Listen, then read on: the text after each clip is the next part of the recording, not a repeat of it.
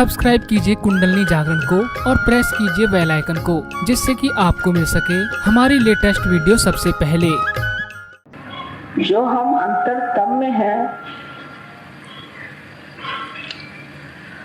वो हम आत्मा है, शिव है। जो बाह्य में है वो सब नश्वर है। जो जन्मेगा वो मरेगा, जो निर्माण होगा उसका विनाश हो सकता है। किंतु जो अंतरतम में हमारे अंदर आत्मा है, जो हमारा शिव है, जो सदाशिव का प्रतिबिंब है, वो अविनाशी,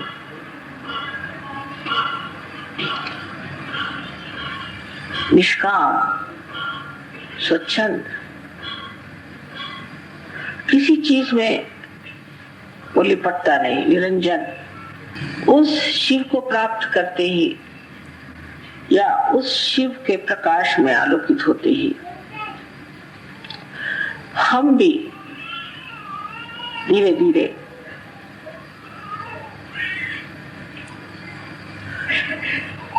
संन्यास्त होते जाते हैं। बाह्य में सब आवरण है,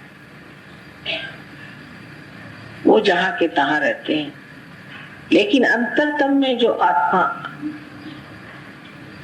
अचल, अटूट, अविनाशी है, वो हमेशा के लिए अपने स्थान पे प्रकाशित होते रहता है। तब हमारा जीवन आत्म साक्षात्कार के बाद एक दिव्य, एक भव्य, एक पवित्र जीवन बन जाता है। इसीलिए मनुष्य के लिए आत्म साक्षात्कार पाना अत्यावश्यक है। उसके बगैर उसमें संतुलन नहीं आ सकता, उसमें सच्ची सामूहिकता नहीं आ सकती, उसमें सच्चा प्रेम नहीं आ सकता, और सबसे अधिक तो उसमें सत्य ही जाना नहीं जा सकता। सो सारा ज्ञान, जिसे कि शुद्ध ज्ञान कहा जाता है, जिसे कि विद्या कहा जाता है, वो इस आत्मा के ही प्रकाश में जानी जा सकती है। जब मनुष्य इस आत्मा के प्रकाश से आलोकित हो जाता है तो उसका देखना भी निरंजन हो जाता है। वो देखना मात्र होता है। कोई चीज को देखते वक्त उसमें कोई उसकी प्रतिक्रिया नहीं होती, देखता है, और देखने से ही पूरा ज्ञान हो जाता है उस चीज का कि वो क्या चीज है। तो मनुष्य हमेशा जब आत्म साक्षात्कार से प्लावित नहीं होता तो वो एक तरह से अपने ही बारे में सोचता है। वो यही सोचता है कि मैं आज क्या खाना खाऊंगा, या किसके यहाँ बड़ा अच्छा खाना मिला था, आज कौन से खाने का इंतजाम करें। नहीं तो फिर वो ये सोचता है कि आज कहाँ मुझे जाना चाहिए, कौन सी जगह मेरा महत्व होगा, कौन सी जगह मुझे लोग मानेंगे, कौन सी सभा में मैं जाकर चमकूंगा। तीसरा सोचेगा कि मैं कौन सा कार्य करूं जिसके कारण मैं बहुत रुपया इकट्ठा कर लूं, बहुत मेरे पास पैसा आ जाए, संसार की सारी संपत्ति मैं पालूं और सारी दुनिया को मैं ठीक कर लूं। चौथा सोच सकता है कि कितने मेरे बच्चे हैं और उनके लिए मुझे क्या करना चाहिए, और मेरे बच्चों के बच्चों के लिए क्या करना चाहिए, और मेरे रिश्तेदार हैं उनके लिए मुझे क्या करना चाहिए। इस प्रकार के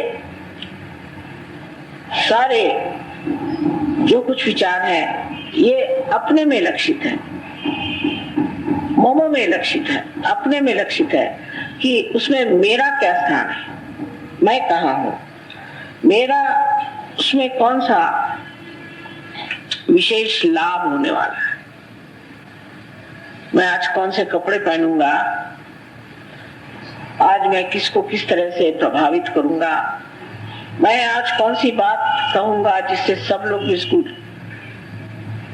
अचंभा में पड़ जाए, मैं कौन सी ऐसी कोई तरकीब दिखाऊंगा जिससे लोग सोचेंगे कि वाह क्या ये आदमी है, कितना बढ़िया, कितना होशियार, कितना चमत्कारपूर्ण। दूसरा है वो अपने को बहुत नम्रता पूर्वक सबके सामने बार बार झुक झुक के नमस्कार करेगा, ये दिखाने के लिए मैं बड़ा नम्र हूँ और मैं सबसे बड़ा आदर से रहता हूँ, मैं बहुत ज्यादा संस्कृति से भरपूर हूँ। कोई तीसरा कहेगा कि मैं विद्वानों की सभा में जाके वाद विवाद करूंगा, मैं बहुत सारी किताबें पढ़ूंगा, उससे मैं अपनी बुद्धि को बड़ा प्रगल्भ कर लूंगा, मैं बुद्धि से बहुत अपने को ऐसा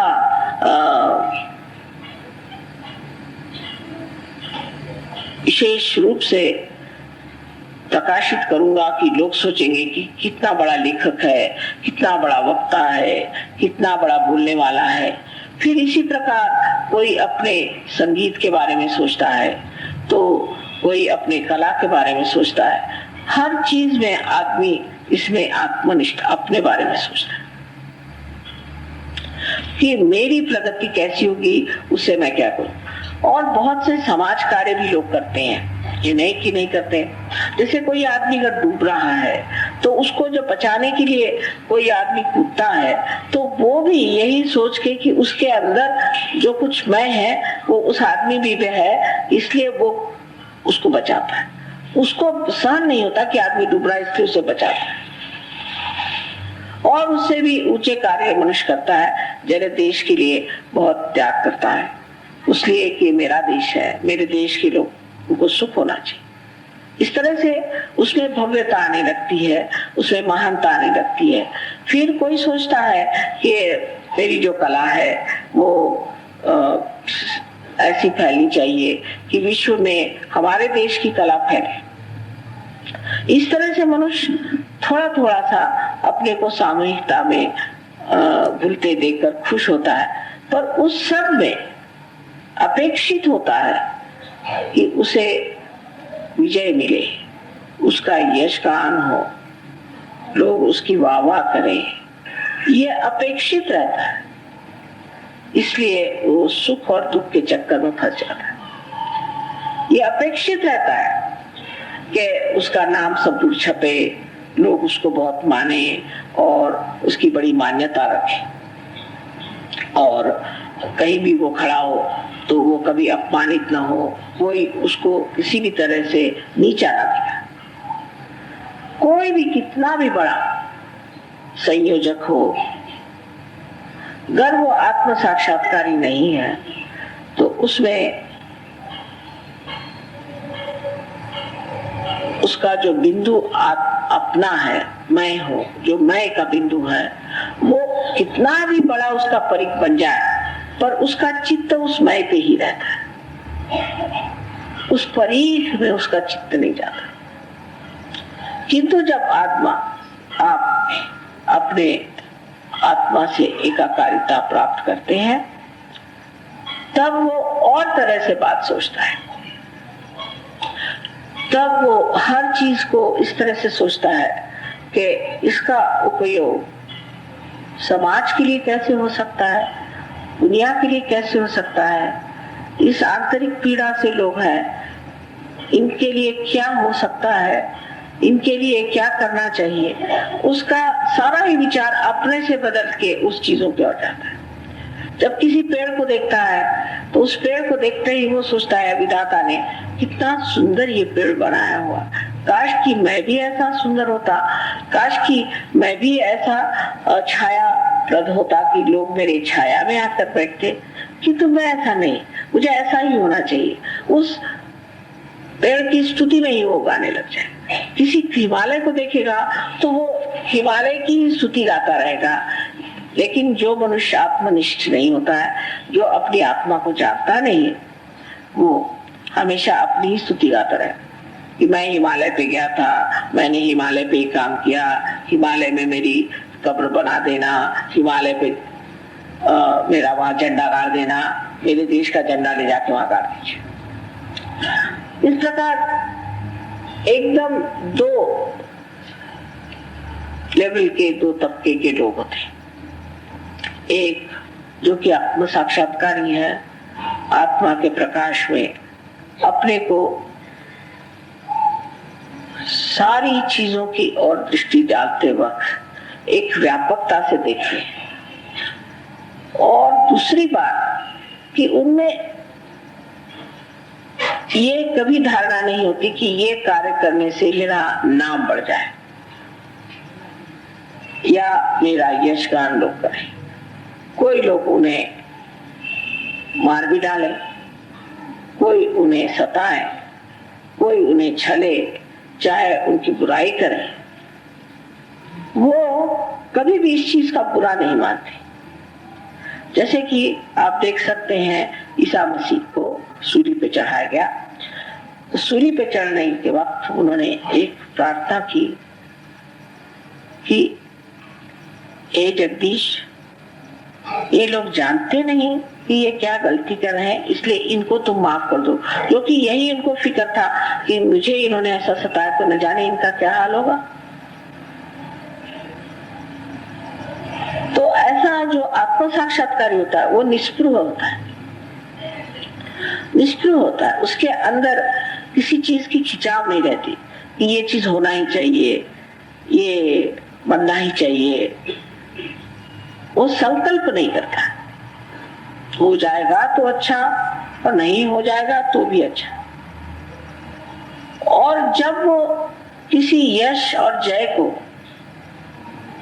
वर्ण नहीं करता है, उसकी अपेक्षा ही नहीं करता है, तो उसको सुख और दुख का चक्कर आता है। सुख और दुख में वो समान हो जाए। कोई दुख आया तो उसे भी देख सकता है, सुख आया उसे भी देख सकता है, और वो समझता है ये रात और दिन का मामला है। खुद वो स्वयं आनंद में विभोर है, क्योंकि आत्मा आनंद का स्रोत है, आनंद के स्रोत में विभोर है। वो किसी की चीज की लालसा नहीं करता, उसको कभी किसी चीज की लालसा होती ही नहीं कि मैं इसकी चीज ले लूं, कि खसोट लूं, कि इसको ये कर लो। उसका दिमाग ही नहीं बात नहीं है। उसको कभी अपने मन को कंट्रोल ही नहीं करना पड़ता। वो कहते हैं कि अपने मन को आप कंट्रोल करिए, अपने इंद्रियों को कंट्रोल करिए, वो कंट्रोल ही में आ जाती है, पूरा कंट्रोल हो जाता है। उसको इसकी इच्छा ही नहीं होती कि वो किसी चीज को कंट्रोल करे, कोई टेम्पटेशन ही नहीं होता कि ये चीज मुझे चाहिए ही, अब उसके लिए प्राण लगा रहे हैं। लोग हैं कि कोई ना कोई चीज के प्रलोभन में इस तरह से दौड़ते हैं कि जैसे उनके लिए वही सब कुछ जिंदगी है, और जब वो चीज मिल जाती है उसके बाद तृप्त होने की जगह दूसरी चीज के लिए दौड़ने लग जाते हैं। अगर वो नहीं मिलती है तो फिर उनको इतना दुख होता है, दारुण दुख होता है। वो सोचते हैं कि मेरे जिंदगी का सब कुछ खत्म हो चुका। फिर ऐसे मनुष्य का जो चित्त होता है, अटेंशन होता है, वो बहुत गहन और हर चीज को जानता हुआ चलता है। उसके चित्त में ये शक्ति होती कि जहां भी उसका चित्त पहुंचा, वो चित्त स्वयं ही कार्यान्वित हो जाता है। अब चित्त जो है ब्रह्मदेव की देन है, लेकिन जब ब्रह्मदेव का सिर्फ ब्रह्म ही रह जाता है, तो ऐसा चित्त इतना प्रभावशाली होता है, इतना प्रेममय होता है, इतना सूझबूझ वाला होता है, और इतना होशियार होता है कि वो अपने कार्य को बड़े ही सुगम तरीके से कर लेता है। मतलब ये कि ऐसे आदमी का चित्त परम चैतन्य से एकाकारिता प्राप्त कर लेता है, और जब परम चैतन्य से एकाकारिता हो गई तो परम चैतन्य तो सारे कार्य को करते ही रहता है। तो जितने भी कर्म है दुनिया के, वो सिर्फ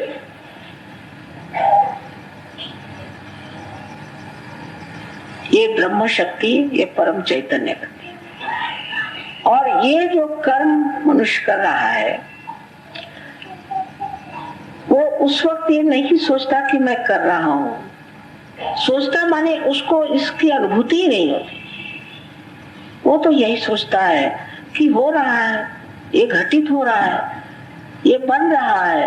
अकर्म में जिसको कहते हैं उतरना, क्योंकि परम चैतन्य ही सारे कार्य कर रहे हैं, तो मैं एक माध्यम मात्र बीच में हूँ। आत्मा के प्रकाश से ही ये हो सकता है, नहीं तो कभी नहीं हो सकता। मनुष्य करता है मैं सारा कार्य करता हूँ, परमात्मा पे छोड़ देता, छोड़ नहीं सकता, झूठ बात। इस तरह की बात कोई सोचता है तो वो अपने को दगा दे रहा है और झूठ पर खड़ा है। और सच बात यह है कि परम चैतन्य सब कार्य को कर रहा है बहुत सुगम तरीके से ना, सुंदर उनका कौशल है, नहीं युक्तियां हैं कि आश्चर्य में मनुष्य पड़ जाता है कि किस तरह से वो कार्य को कर रहा है। और जब मनुष्य इस प्रकार श्रद्धा स्वरूप अपने एक विशाल हृदय में, बहुत से लोग मुझे बताते हैं माँ बड़ा चमत्कार हो गया, मैंने तो सिर्फ प्रार्थना की और कार्य हो गया, माँ बड़ा चमत्कार हो गया। कर्म तो हम नहीं करते, कर्म परम चैतन्य का है, सारे कर्म वही करते हैं। हम तो मिथ्या सोचते हैं कि समझ लीजिए कुछ चांदी मिल गई, जो मरी हुई चीज थी उसे कुछ बना दिया, सोचा बड़ा बना दिया।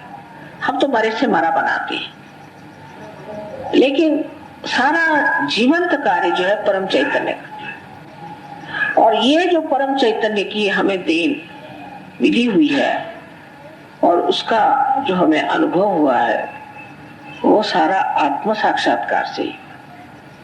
क्योंकि परम चैतन्य जो है वो आदि शक्ति, जो कि शिव की इच्छा शक्ति है, उसी का प्रकाश। इस परम चैतन्य के आशीर्वाद से ही आप लोग सारे कर्म करेंगे। जिस दिन ये आप में घटित हो जाए, आप अद्भुत लोग हो सकते हैं, अद्भुत। लेकिन मैं ये कर रहा हूं, ये जहां भावना आई और मैंने ये किया और मैं अगर ये करना चाहता हूं, या कोई जोर जबरदस्ती किसी भी चीज, तो इसका मतलब ये है कि अभी आत्मा का प्रकाश पूरी तरह से आपके अंदर नहीं है। सो पूरा कर्म ही ये परम चैतन्य का।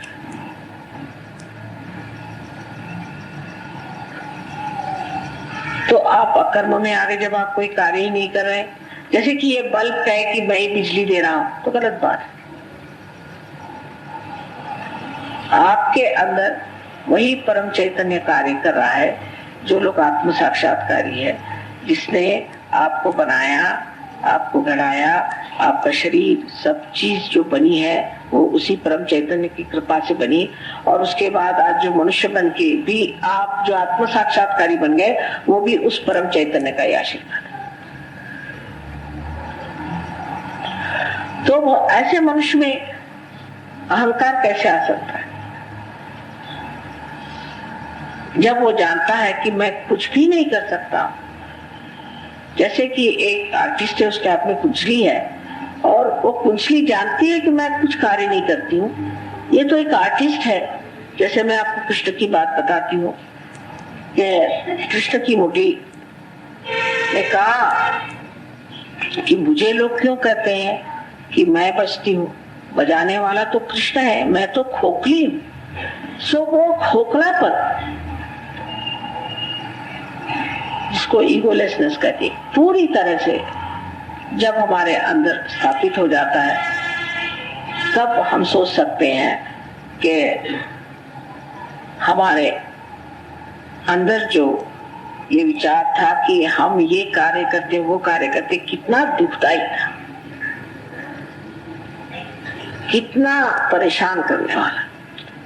क्योंकि मैं ये कार्य कर रहा था और मैंने ये कार्य किया और उस कार्य का कोई फल ही नहीं निकला, इसलिए मैं दुखी हो जाता हूं। अच्छा, मैंने ये कार्य किया और इसमें मुझे बड़ा यश मिल गया, तो और मेरा दिमाग खराब हो जाता है कि तो मैंने ये कार्य नहीं किया।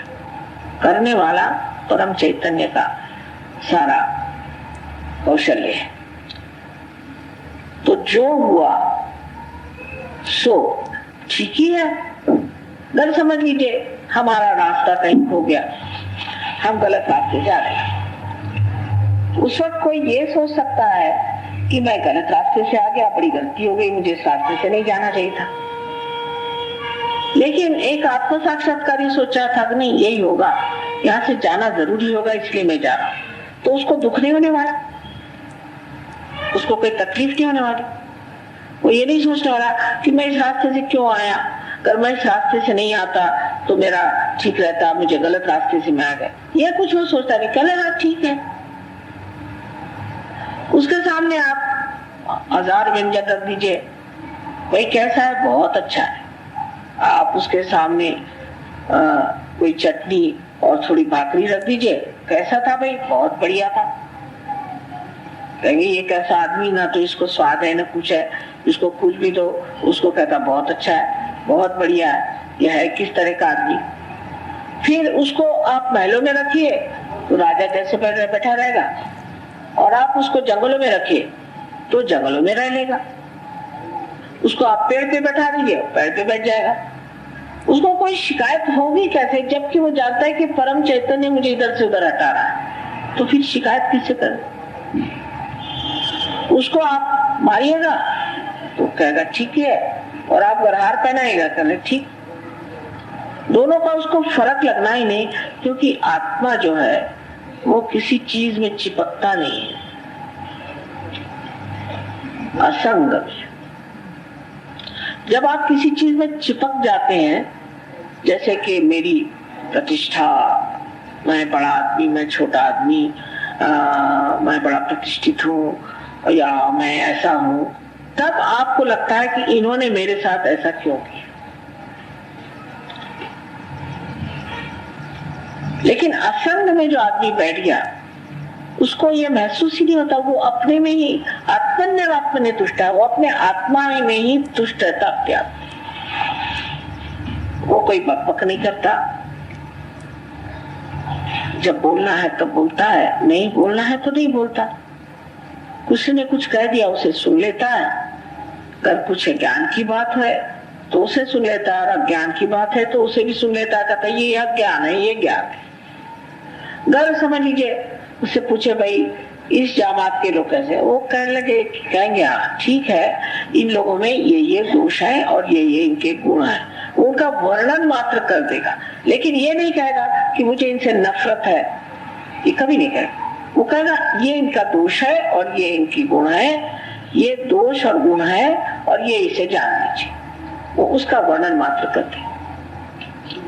सो वो वर्णनात्मक होगा, ये नहीं कि तुमसे मैं नफरत करता हूँ, तुम्हारी मैं निंदा करता हूँ, तुमसे मैं घृणा करता हूँ, कभी नहीं कहेगा, उसके मुंह से शब्द नहीं, क्योंकि घृणा करना एक पाप है और इसलिए उससे कोई पाप ही नहीं हो सकता। जो भी वो करेगा वो पुण्य होगा। समझ लीजिए उसे किसी को मार डालना है, अब देवी है, देवी को बहुतों को मारना पड़ता है, उससे पाप थोड़ी होता, तो मारना ही था, उनको नहीं मारेंगे तो पाप फैलेगा, तो वो अपने काम से चूकता नहीं, उसको जो करना है वो करना है, क्योंकि परम चैतन्य मार रहा है, मैं कौन मार रहा हूं। परम चैतन्य कर चाहते हैं कि मैं इसको मार डालूं तो मार डालता हूं। अगर परम चैतन्य कह रहे ये कार्य करो तो मैं इसे करता हूं, लेकिन पहले परम चैतन्य की ग्वाही देने से पहले उसे एकाकारिता तो स्थापित होनी चाहिए। नहीं तो आप ठीक है, आपने कह दिया परम चैतन्य, तो कोई आपकी जेब में थोड़ी बैठा होगा।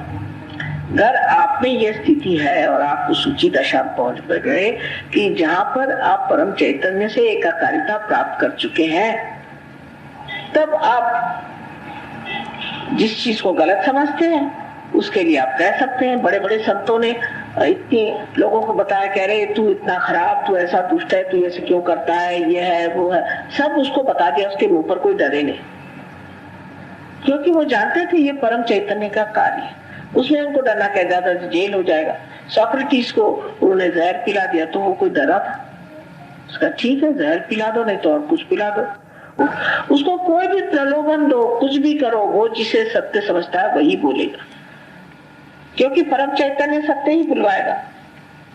जिस वक्त उसे जिससे सत्य बोलना है उससे वो सत्य ही बोलेगा और वो सत्यनिष्ठ होगा। उसकी बुद्धि है सत्य को एकदम पहचान जाएगी, कौन सच्चा है कौन झूठा है एकदम समझ जाएगी। ऐसी उसकी बुद्धि कुशाग्र होगी, उसकी बुद्धि को हम सुबुद्धि कह सकते हैं, क्योंकि उस बुद्धि पर आत्मा का प्रकाश आ गया। एक नजर से वो पहचान सकता है कि कौन कितने गहरे पानी में, और फिर उसको परम चैतन्य बता देता है कि इस आदमी को कैसे ठिकाने करना है। बहुत से लोग बहुत बार मुझे कहते हैं कि आपको ऐसा नहीं कहना चाहिए था, आपको ऐसा नहीं करना चाहिए था। बहुत से लोग समझते हैं ऐसा नहीं, फिर जब उसका परिणाम देखते हैं अच्छा वो आपने कहा, नहीं कहा होता तो ये होता ही नहीं। सो परम चैतन्य का करना धरना और उसका ही सब कुछ पाना है, और उसका भोग भी हम नहीं उठा सकते, उसका भोग भी परमात्मा ही उठाते हैं।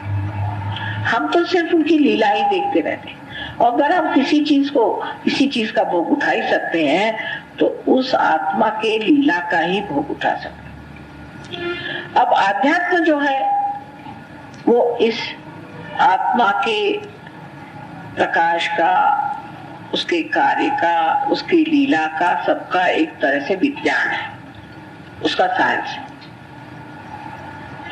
अगर जो सच्ची तरह से इस चीज में समझ ले, वो समझ सकता है कि सारी सृष्टि का विज्ञान ही आत्मा से आता है।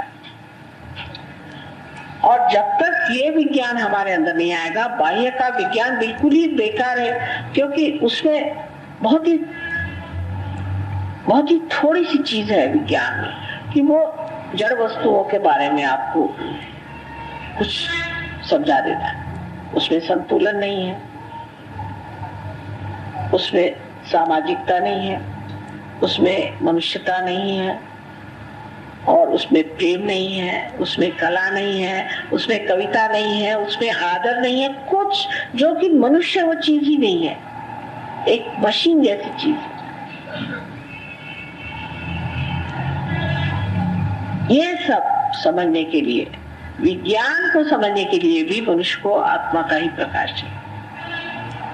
आत्मा के प्रकाश से आप विज्ञान के बहुत से छोर खोल सकते हैं जो अभी तक नहीं खुले, और फिर विज्ञानी जाकर उसका पता लगाए तो समझ सकता है कि फिर पूछते हैं आप कैसे जानते हैं?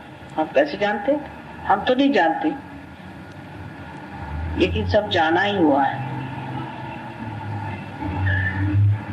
जिसने सब कुछ जाना हुआ है उसको जरूरी नहीं कि वो सब कुछ सबको बताए, क्योंकि सबको समझना भी तो आना चाहिए। उसको जरूरी नहीं कि सबको उपदेश देता फिर, जो जाना वहीं रहने दीजिए, जिस वक्त मौका आएगा तब उसे समझाना चाहिए। इसमें भी बहुत से लोग अपने सहयोग में भी बड़े कभी कभी परेशान हो जाते। मेरे बाप हैं वो सहयोग में नहीं, मेरी माँ है वो सहयोग में नहीं, मेरा भाई है वो सहयोग में नहीं, जाने दीजिए।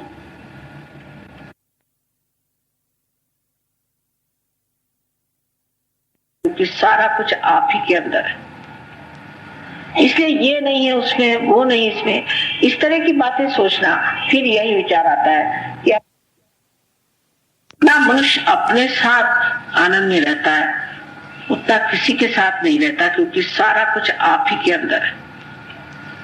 इसलिए ये नहीं है उसमें, वो नहीं इसमें, इस तरह की बातें सोचना, फिर यही विचार आता है कि अभी पूरे दालान हमारे हृदय के खुले नहीं, इसलिए हम ऐसा सोचते हैं। जो अब आत्म साक्षात्कारी यही आपके बाप भाई बहन है, और इनको तो कोई वो प्रश्न नहीं। ये प्रश्न उन लोगों को होता है जो अभी भी आधे अंधकार में आधे प्रकाश में है। वो ये सोचते रहते हैं कि अभी ये मेरा भाई उसमें फंसा हुआ है, मेरी बहन उसमें फंसी हुई है, अपने आप से वो आ जाएंगे, इसी पे जबरदस्ती नहीं हो सकती।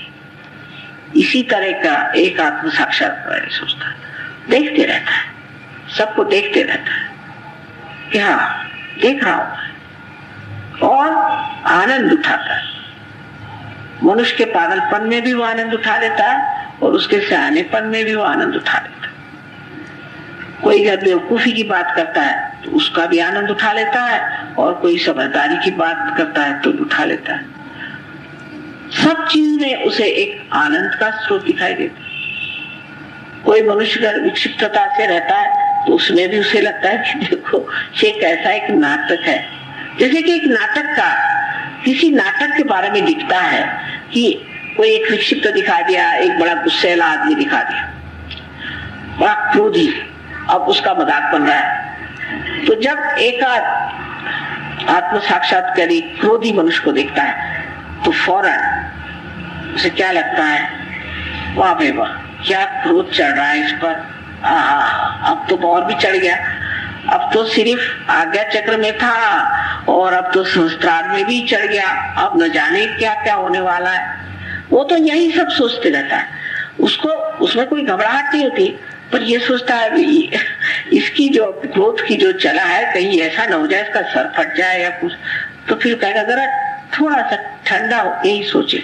तो कहेगा नहीं रहने दीजिए, मैं समझता हूँ। तो ठीक है, समझिए, मैं भी आपको समझ रहा हूँ। तो वो बैठे बैठे उसके बाद अगर उससे कहीं आप नाटक लिखिए तो इतना सुंदर वो नाटक लिख देते हैं आप क्रोधी आदमी का कि आप हंस हंस के लोटपोट हो जाएंगे। उसमें जो ये दृष्टि है इसकी, ये किसी में उलझी हुई दृष्टि नहीं है, इसे निरंजन दृष्टि कहे या साक्षी स्वरूप में, उस साक्षी स्वरूप के दृष्टि से ही देख करके वो सारे समाज का इतना सुंदर चित्रण कर देता है कि सिवाय हंसी के आपको और कुछ नहीं समझ में आता कि वाह भाई क्या ये चित्रण बनाया है। यानी गंभीर से गंभीर बात में भी आप समझ सकते हैं कि बहुत सी बातें ऐसी हैं कि वो सिर्फ दिखने को गंभीर लगती है, लेकिन उसमें एक तरह का बड़ा छिपा हुआ संदेश। हर चीज, युद्ध हुआ, जब युद्ध देखते हैं तो जरूर उद्विग्नता आ जाती है, लगता है ये क्या, क्यों मार रहे हैं बेचारे सीधे साधे हैं, लोगों को क्यों मार रहे हैं। वो जो उद्विग्नता हमारे अंदर आ जाए अगर आत्म साक्षात्कारियों को, तो फौरन इसकी खबर चली जाएगी परम चैतन्य में, और जो आतताई ये काम करेगा उसको ठिकाना हो जाएगा, उसका इलाज हो जाएगा।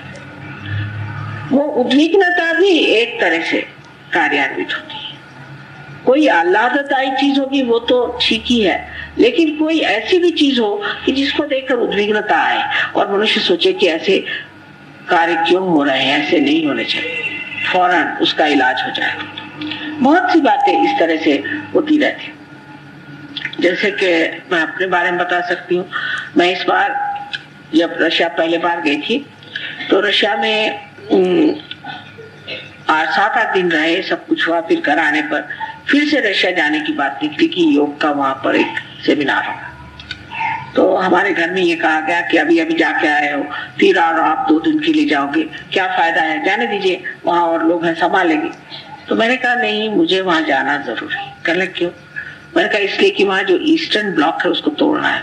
कैसे टूटेगा? मैंने कहा टूटेगा, ईस्टर्न ब्लॉक के सब लोग वहां आएंगे और उस ईस्टर्न ब्लॉक के लोगों में से जो लोग पार हो जाएंगे वो जाते ही साथ उनकी वजह से परम चैतन्य अपना कार्य कर लेगा, चाहे एक एक ही आदमी। और आश्चर्य की बात है कि उस योग सेमिनार में सिर्फ मैं 45 मिनट बोली और 15 मिनट में रियलाइजेशन दिया, और उसके बाद वो जितने भी लोग थे वो अपने अपने देश में गए और वहां ही कार्य हो गया। सो परम चैतन्य के कार्य के लिए अब जरूरी है कि आत्म साक्षात्कारी लोग, ये उनका साधन है। परम चैतन्य का कार्य आत्म साक्षात्कारी लोगों के ही इच्छा के अनुसार होता है। अगर आपकी इच्छा हो तो वो कार्य हो सकता है, पर आपकी इच्छा में भी शुद्धता होनी चाहिए। ऐसी इच्छा नहीं जिसमें आप स्वार्थी हो, ऐसी इच्छा नहीं जिसमें आप अपने ही बारे में सोचते हैं, क्योंकि ये कार्य आत्मा के ही बल पर होता है। और जो आत्मा, जो अपना शिव है, वो मैंने आपसे बताया बिल्कुल स्वच्छंद, निष्पृह, निराकार और निरंतर, नित्य, इस तरह की प्रकृति का है। इसलिए जो मनुष्य आत्म साक्षात्कारी हो जाता है उसमें ये सारे ही गुण आप पा लेंगे। ये अगर गुण आपके अंदर नहीं आए, जैसे बाह्य से, जैसे मैंने कहा कि आप में सारे आवरण हो, आप राजा हो तो आप चाहे कुछ भी हो, अंदर से आप निष्पृह हैं, अंदर से आप छूटे हुए हैं, अंदर से आप किसी चीज को चिपकते नहीं, अंदर से आप किसी को द्वेष नहीं करते, किसी का मत्सर नहीं करते, किसी के लिए आपको लालसा नहीं होती। ये सारे षड्रूपों आप ही आप छूट जाने चाहिए। तो आत्मा का सबसे बड़ा प्रकाश यही है कि आपको कोई प्रयत्न नहीं करना है। बहुत कहते हैं मन को जो वश में रखो, कोई जरूरत, किसी को वश में रखने की जरूरत नहीं। जैसे आप आत्म साक्षात्कार में ही उतर जाते हैं, उस प्रकाश में अपने ही आप ये अंधकार दूर ही हो जाते हैं। और ये बड़ा भारी लाभ है। और जिसने इस लाभ को अभी तक प्राप्त नहीं किया, उसको यही सोचना चाहिए कि अभी हमारा आत्म साक्षात्कार पूरी तरह से फलित नहीं। अगर हमारा आत्म साक्षात्कार पूरी तरह से फलित हुआ तो हमारे जीवन में, हमारे आसपास के समाज में, हमारे सहयोग के समाज में, हर जगह एक नवीन तरह का मनुष्य तैयार होना चाहिए जो आत्मा स्वरूप है, आत्मा के प्रकाश से प्लावित है, जिसमें शिव का दर्शन होता है। अब शिव जी को देखा आपने, जब उनका विवाह हुआ था तो उनकी पत्नी जो थी वो तो बहन थी विष्णु जी की, और विष्णु जो थे कुबेर विष्णु, उनकी बहन से शादी हो रही। और ये अपने नंद उस पे बैठ करके, नंदी पे बैठ करके, उसके ऊपर न लगाम न कुछ नहीं, दोनों पैर ऐसे लगा के बैठ गए जम के नंदी पर। नंदी उड़ता हुआ चला रहा है और ये नंग धड़ंग उस पे बैठे हुए हैं। ये सब अभिव्यक्ति है कि उनको किसी चीज की लगन नहीं, किसी चीज का ये विचार नहीं कि मुझे ये चाहिए। नहीं तो कोई सोचेगा कि भाई मैं कुबेर के बहन से शादी कर रहा हूँ, कौन से कपड़े पहनूं, कौन से रथ में जाऊं। वो 10 दिन पहले उसके कपड़े बनेंगे, उसके जूते बनेंगे, उसके सारा अवतार बनेगा, तब वो पहुंचेगा। पर शिव जी ने सोचा कि मेरे तो विवाह हो रहा है, बस इससे और उनको ज्यादा कोई बात मालूम नहीं। उन्होंने कोई विचार नहीं किया।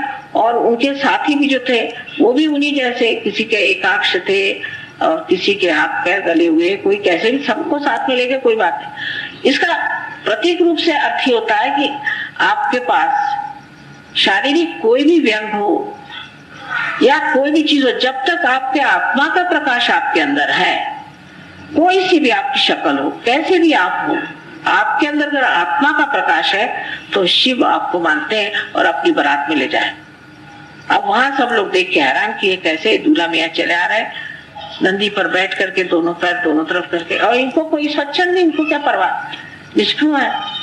और कुछ आपस में बातें हुई होंगी वहां पर, लोगों ने सोचा होगी कि ये कैसा दूल्हा चला आ रहा है। तो पार्वती जी को अच्छा नहीं लगा, क्योंकि वो जानती थी कि मेरा पति जो है वो आत्मा स्वरूप है, और इसलिए उनमें निस्संग है। इसमें हमारे 2 अंग दिखाई देते हैं। एक तो हमारा अंग कि जो हम आज विष्णु स्वरूप है, जो बाह्य में, और अंदर का अंग जो है वो हमारे शिव है। और उस शिव के जैसे हमें निष्पृह, स्वच्छंद और निरासक्त होना चाहिए। किसी चीज की आसक्ति हमारे अंदर नहीं आ सकती, गर्म आत्मा स्वरूप। फिर बाह्य में आप श्री कृष्ण हो जाए या आप और कोई हो जाए, लेकिन अंदर का जो शिव है वो अपनी जगह स्थित रहेगा। बाह्य का अंग जो है वो महत्वपूर्ण अब नहीं रहा, जबकि आप आत्मा स्वरूप हो गए। और जब आप आत्मा स्वरूप हो गए तो इन सब चीजों के लिए आपकी जो भावनाएं हैं वो एकदम बदल जाए। एकनाथ जी का ऐसा बड़ा सुंदर उदाहरण है कि वो कावड़ लेकर के पहुंचे थे द्वारिका, वहां चढ़ाने, और ऊपर चढ़ के उन्हें जाने का था। अब ये भक्ति का भाव उनका था। सब लोग गए कावड़ में पानी भर के, लेकिन उस वक्त वहां पर उन्होंने देखा कि एक गधा प्यास से मरा जा रहा था। उन्होंने उसको अपना पानी पिला दिया। लोगों ने कहा क्या करते हो, वहां से आप सारी कावड़ भर के पैदल चल के आए और इस गधे को आप पानी पिला दिया। तो उन्होंने कहा तुमको नहीं मालूम, मेरा श्री कृष्ण यहाँ तक उतर के आया पानी पीने, उसको मैंने, ये जो भक्ति का जो सूक्ष्म भाव है वो एक आत्म साक्षात्कार ही समझ सकता है कि बाह्य को देखना कि हम कावड़ लेके गए और हमने जा करके और उनको समर्पित किया। हम कौन होते हैं? जब वही भाव टूट गया, हम ही भाव नहीं रहा, और जब वहां पर एक बेचारा प्यासा एक प्राणी पड़ा हुआ, उसको आपने पानी पिला दिया, ठीक है, परम चैतन्य ने कार्य कर दिया, हमसे क्या मतलब। इसीलिए जो बहुत सी बातें हम संतों की नहीं समझ पाते हैं वो अब आप समझ पाइएगा, क्योंकि आपने आत्म साक्षात्कार पाए और आपसे भी ऐसे कार्य हो जाए। और जो ना समझे हमारे अंदर रही संतों के कारण, क्योंकि उनका जीवन विक्षिप्त हमें लगता था, क्योंकि हम स्वयं विक्षिप्त है। अगर पागल खाने में जाइए तो अच्छा भला आदमी भी पागल लगने लग जाता है। उसी तरह से इस पागल दुनिया में वो आए और समझाने की कोशिश की, किसी ने समझा नहीं उन्हें और उनको बहुत तकलीफ दी और परेशान कर, क्योंकि वो आत्म स्वरूप थे, वो शिव में स्थित थे, वो शिव स्वरूप थे। शिव स्वरूप आदमी बाह्य में कैसा भी रहे, उसकी शिव स्थिति जो है उसकी बाह्य में भी प्रकाशित रहती, दिखाते रहती। सबसे बड़ी चीज है औदार्य। औदार्य चीज जो है ये शिव की शक्ति, इससे वो आपकी इतना उदार हृदय वो है कि उन्होंने राक्षसों को तक वरदान। क्यों? क्योंकि दे देता हूं मैं वरदान। अब मेरे पास भी आते हैं कुछ लोग, मां हमें वरदान, मैं जानती हूँ ये लोग बड़े खराब हैं, चलो तुमको वरदान चाहिए, परम चैतन्य देख लेगा इनको, मुझे क्या करने का। राक्षसों को भी वरदान दे, चलो तुमको चाहिए ले, पार्वती चाहिए पार्वती ले जाओ, क्या चाहिए ले जाओ, मुझे एक औदार्य। इतना जिसको कहना चाहिए कि एकदम अंधा औदार्य आप कह सकते। ये अंधा नहीं है, क्योंकि पूर्ण विश्वास है परम चैतन्य वहां बैठा हुआ, मेरी शक्ति है, वो सारे कार्य को कर रही, मैं तो यूं ही कहने के लिए ले जाओ। यहाँ से ले जाते रास्ते में ही विष्णु जी ने उसका हाल खराब कर दिया। जो सब चीज को जानते हैं उनके लिए प्रश्न नहीं रहता इसका क्या होगा क्या नहीं होगा, वो सब जानते हैं। उसी प्रकार जो शिव में स्थित है वो अपने में बड़ा समाधानी होता है और वो सब कुछ जानता है, सब कुछ समझता है, वो कहेगा नहीं लेकिन वो सब जानता है। और सबसे बड़ी शिव की शक्ति है प्रेम, प्रेम की शक्ति, निर्वाज्य प्रेम, निर्वाज्य, जिसमें कि कोई ब्याज नहीं देना, ब्याज तक नहीं देना, निर्वाज्य बहता है। उनकी करुणा की शक्ति इतनी जबरदस्त है कि उस करुणा को देख करके आप भी अचंभे में पड़ देंगे। मुझे बहुत लोग कहते हैं कि माँ इस आदमी को तुमने क्यों मदद करी, ये तो बड़ा खराब आदमी, इसने ये किया वो किया। भाई अब क्या करें, वो आया तो हो गया, ठीक हो गया, चलो जान दो, क्या करना हो गया कर दिया, इसमें क्या करना। अब वो करुणा ही है, उसे क्या किया जाए, कोई रोक सकता है? जब सारा शरीर ही करुणा से भर जाएगा तो कोई भी मनुष्य पास में आएगा तो वो करुणा के कार्य करेगा ही, ये शरीर छोड़ेगा ही नहीं, उसे क्या करे। इसी तरह एक आत्म साक्षात्कारी मनुष्य का करुणा का भाव बढ़ता है और उसकी जो नशा चढ़ती है वो ऐसी नशा है कि अकेले मजा नहीं आता। आप आत्म साक्षात्कारी हो गए तो चुप नहीं बैठने वाले, आप असली घर हो, कहेंगे चलो मैं हो गया, 10 आदमी और इसको पिए तो मजा आए, देखेंगे चलो भाई इसको भी करो उसको भी करो, दौड़ेगा इधर से उधर, दौड़ेगा इसको दौड़ेगा उसको दौड़ेगा, जाएगा सबसे कहेगा देखो आत्म साक्षात्कार कितनी महत्वपूर्ण है। उसमें उसे तकलीफें होंगी, लोग उसको सताएंगे, बुरा कहेंगे, उसमें कोई असर नहीं आने वाला, क्योंकि वो परम चैतन्य का एक, जैसे मैंने कहा कलाकार के हाथ में कुंजली है वैसे कुंजली, उसको इसकी परवाह नहीं, ये तो कलाकार जाने, मुझे क्या, मैं तो बीच में बैठा हुआ सिर्फ देख रहा हूं कि कोई चित्र बन रहा है। इसी प्रकार उसकी प्रवृत्ति ही इतनी अनासक्त होती है कि वो अत्यंत शक्तिशाली हो जाता है। उसका भय या आशंकाएं सब खत्म हो जाती और बहुत ही सुंदर कार्य को बड़े खूबी से कर लाता है और लोग आश्चर्य करते कैसे कर दिया लोग। और कोई चीज समझाता भी इतनी सुंदरता से है कि मनुष्य का अगर अहंकार है तो उसे जाके नहीं कहता तू बड़ा अहंकारी, कभी नहीं कहेगा, ये कभी आत्म साक्षात्कार, ये नहीं जैसे सहयोगी कुछ होते कहते कि तेरे को भूत लग गया, ऐसा कभी नहीं कहना चाहिए। उसका तरीका एक श्री रामदास स्वामी का बताती हूँ मैं आपको। एक बार शिवाजी को थोड़ा अहंकार हो गया, क्योंकि वो देख रहे थे कि किला बन रहा था, उसमें हजारों लोग काम कर रहे हैं। उनको थोड़ा अहंकार हो गया कि देखो मैं कितने लोगों को पाल पोस रहा हूं। तब रामदास स्वामी वहां पहुंचे, तो हर जगह पहुंच जाते थे और उन्होंने देखा कि इनको अहंकार और कुछ कहा नहीं। वहां एक बड़ा सा पत्थर पड़ा था, पहले इसको जरा धीरे धीरे तोड़। पत्थर तोड़ते तोड़ते एक छोटे से नारियल के जैसे पत्थर पे आप पहुंचे, तो उस पत्थर को हाथ में लिया और एक हाथ से खटाक से मारा, तो देखा क्या उसके अंदर पानी, और पानी के अंदर मेंढक बैठा हो। शिव जी ने एकदम उनके चरण पकड़ लिए कि जिसने आपको जीव दिया है वो आपको पानी भी देता है, मैं कौन होता देने वाला। यह अहंकार किस तरह से तोड़ा है। और आपको आश्चर्य बात कि साइंस भी कहता है कि मेंढक जो है वो बगैर हवा के सालों तक अगर उसके पास पानी हो तो रह सकता है। तो आप का अहंकार भी किसी का अगर तोड़ना है तो सीधा कहने की जरूरत है कि तू बड़ा अहंकारी है। आप सिर्फ सोच ही लीजिए कि अहंकारी है, परम चैतन्य उसकी व्यवस्था कर देगा कि उसका अहंकार टूट ही जाए। पर सबसे पहले एक आत्मसाक्षी मनुष्य को यही सोचना चाहिए कि मैं अब शिव में शरणागत हूं, मेरी आत्मा में मैं शरणागत हूं और मेरे आत्मा के ही कारण ये परम चैतन्य सारा कार्य करने वाला है। और इसलिए मुझे कोई किसी चीज की चिंता नहीं। मेरा कौन बैरी है, कौन मुझे मार सकता है, मैं तो परम में जी रहा हूं। सारा कार्य जब यही कर रहा है तो मैं कौन सा कर्म कर रहा हूं। इस तरह की जब भावना हो जाए तब कहना चाहिए कि हमारे अंदर के शिव को हमने पहचाना है।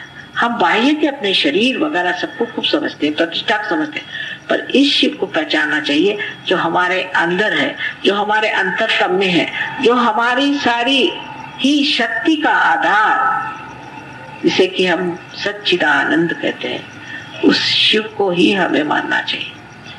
आप सबको अनंत आशीर्वाद।